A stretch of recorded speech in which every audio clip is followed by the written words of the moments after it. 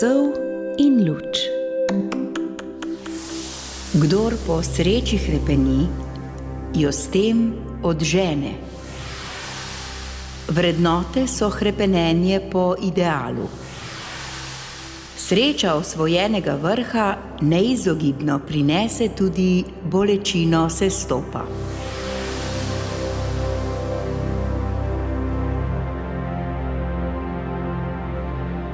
Kako odkriti smisel, tudi če nam življenje ne prizanaša s krivico in trpljenjem, in kako vzpostaviti ustvarjalen odnos do lastne zgodovine? O tem v knjigi piše doktorica Elizabeth Lucas, najbolj znana učenka utemeljitelja logoterapije doktorja Viktorja Frankla. Njeno knjigo z naslovom Vse se uglasi in izpolni smo že predstavljali v oddaji Sol in luč. Tokrat smo še enkrat pripravili nekaj odlomkov, v katerih opisuje srečo z nekaj konkretnimi primeri iz zakonskega življenja.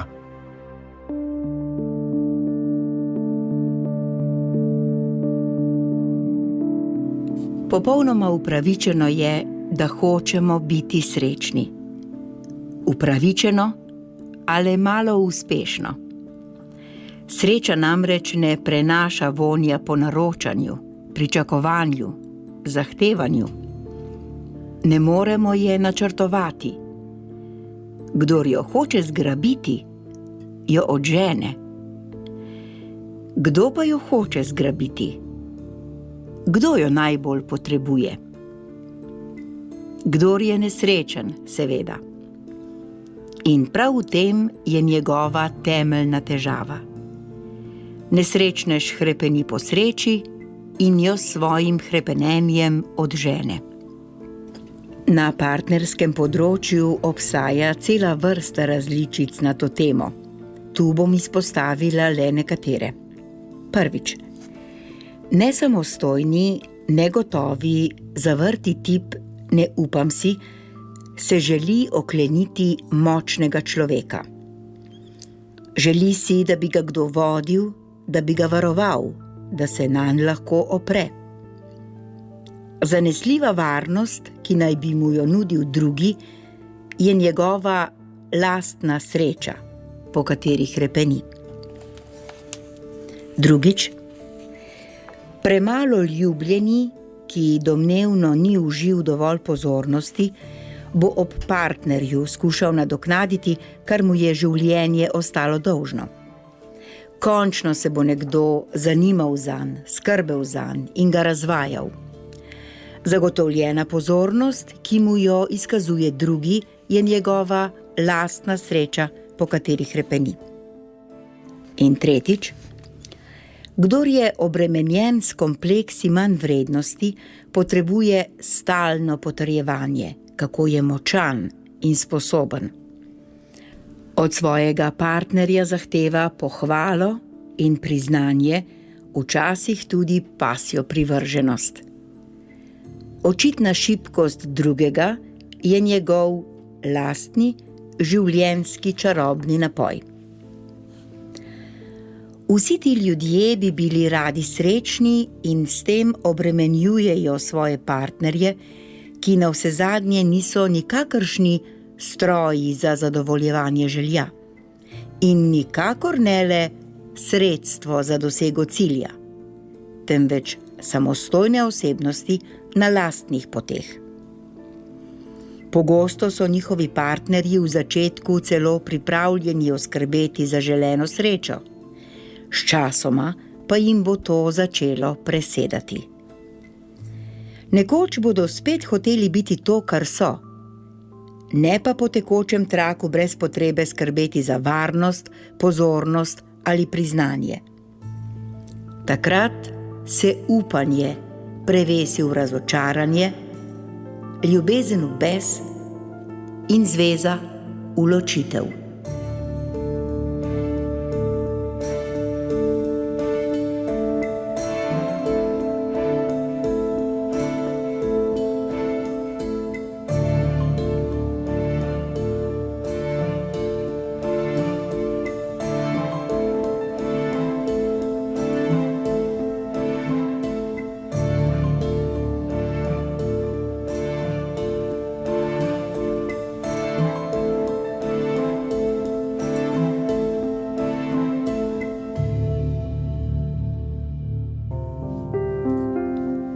Človekova posebna značilnost je, da hoče služiti vrednotam.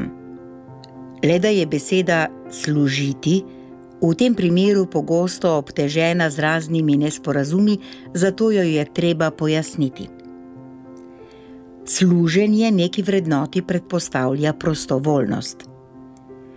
Medtem ko človeka nagoni tako rekoč potiskajo od zadaj, ga vrednote privlačijo, tako pravi Frankl.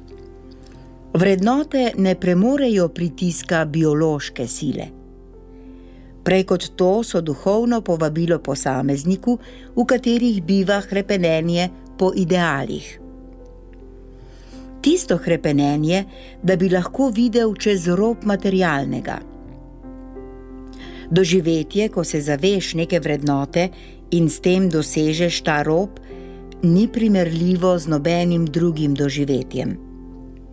Človek je iz sebe, kakor da bi se del njega ločil od njegove na zemljo navezane lupine, istočasno pa tudi popolnoma pri sebi, saj je svojemu najbolj notranjemu bitju tako blizu kot nikoli sicer. S tem v zvezi govori Frankl o človekovi zmožnosti preseganja sebe. Nobena žival, nobena rastlina ni v primerljivi meri občutljiva za vrednote.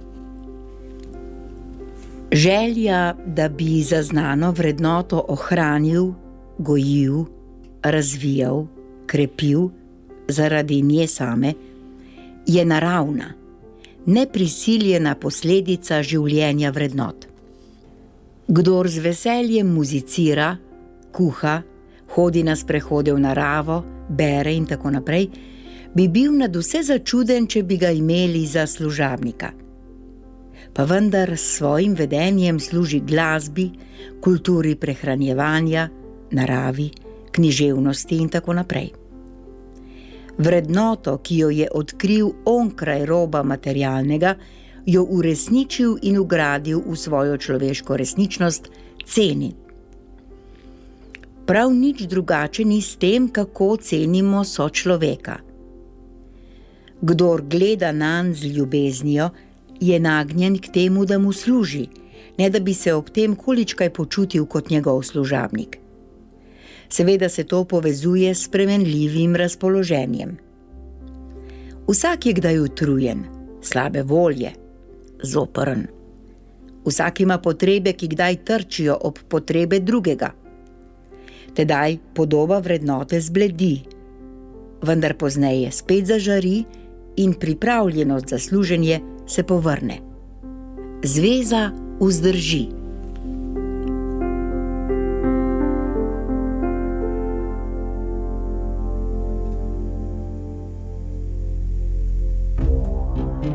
Sol in luč.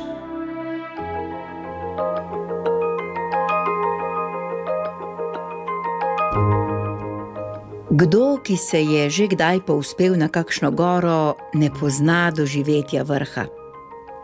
Tolikokrat opevano, tolikokrat opisovano in tolikokrat slikovito primerjano z vrhunci življenja, je to kratko malo čustveno doživetje.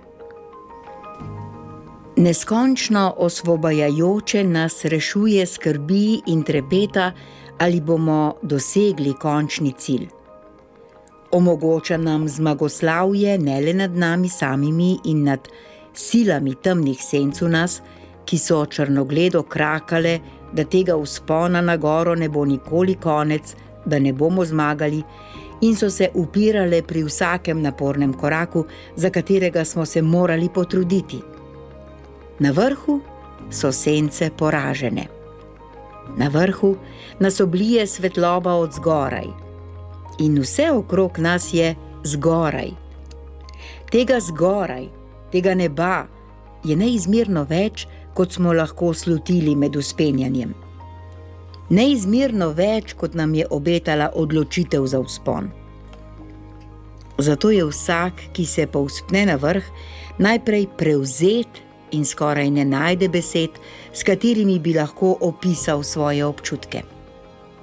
Blagor človeku, ki mu je bilo v življenju tudi sicer dano, da je večkrat stal na vrhu.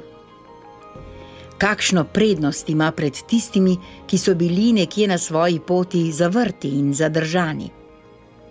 Ali pa pred tistimi, ki so odnehali, preden so dosegli vrh?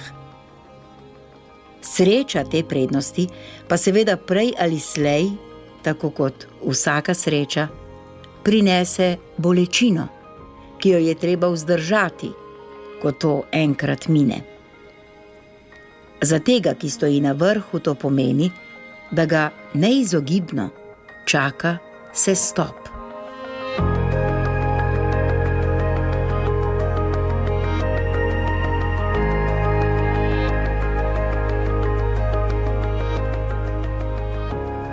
Za vzpon ni bilo jamstva.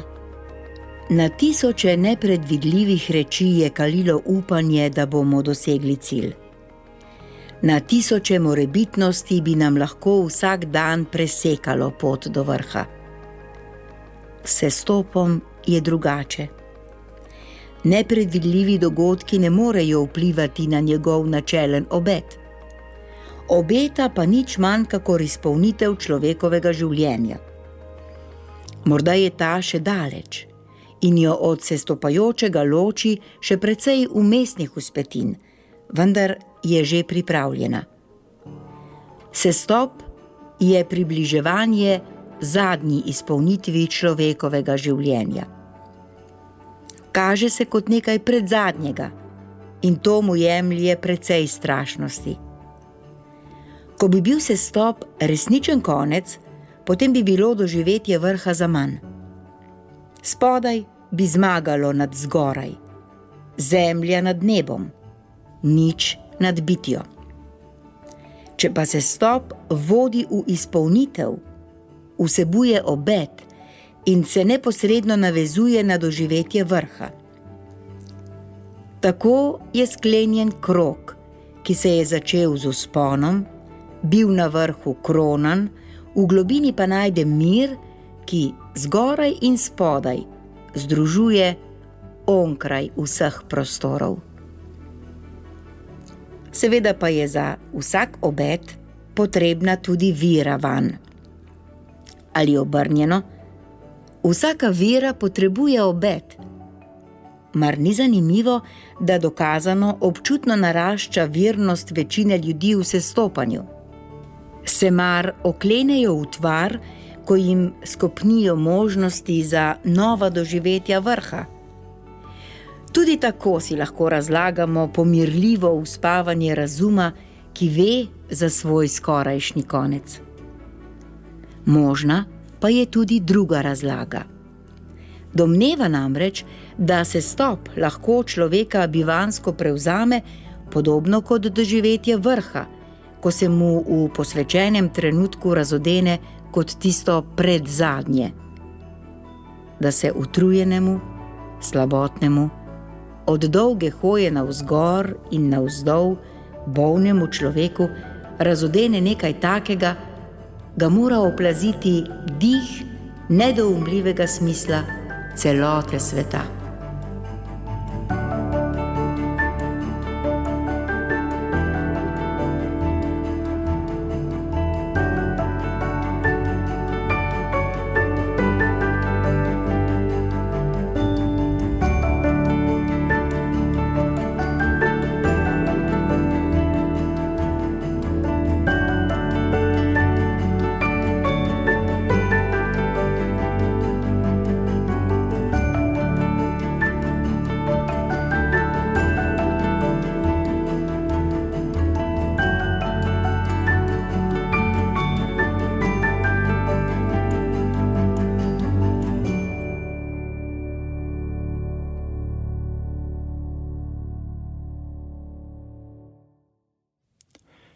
Poslušali ste nekaj odlomkov iz knjige Vse se uglasi in izpolni doktorice Elizabet Lukas, ki je izšla pri Celjski Mohorjevi družbi.